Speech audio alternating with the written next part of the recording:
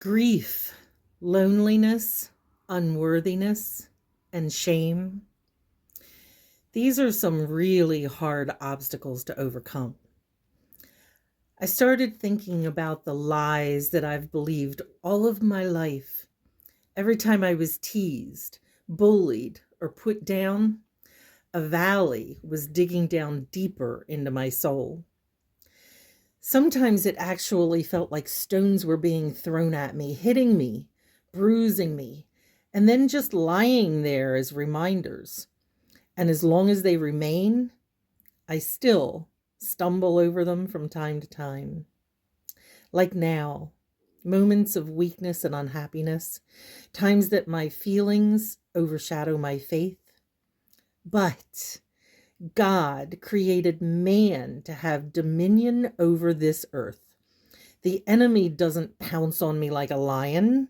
He's subtle, using my own thoughts and emotions to push me further down into that valley. I may stumble, but I'm learning how to get up and brush off the dirt. So, why do I keep allowing the enemy to push me back down? I start making my way up a hill, and then out of nowhere, I get pushed down again.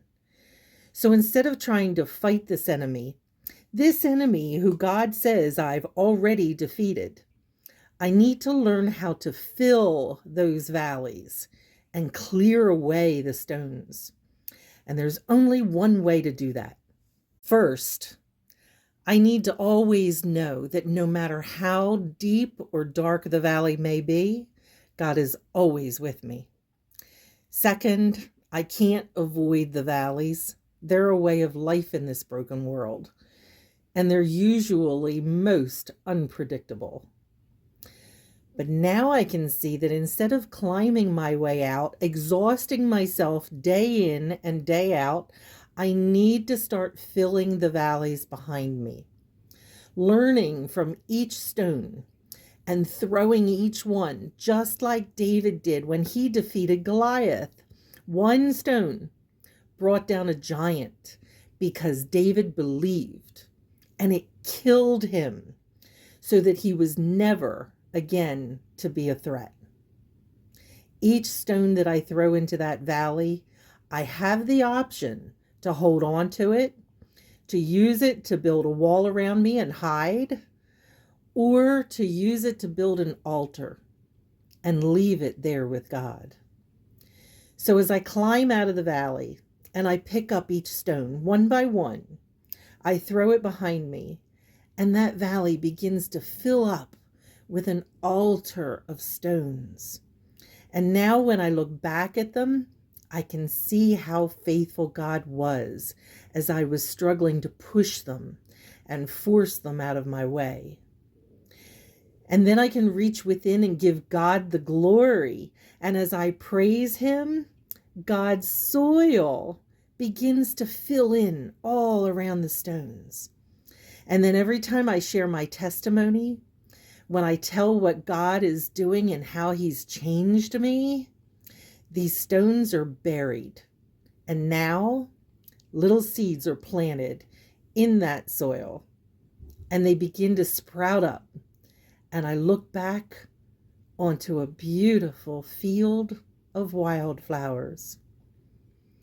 And the road that God was leading me on, it's all straight and smooth. The small ruts and divots in front of me are smoothed over by my prayers and the prayers of my adopted family and by my growing faith. The stones the enemy throws start to look more like little pebbles because I'm stronger now and I know where my strength comes from.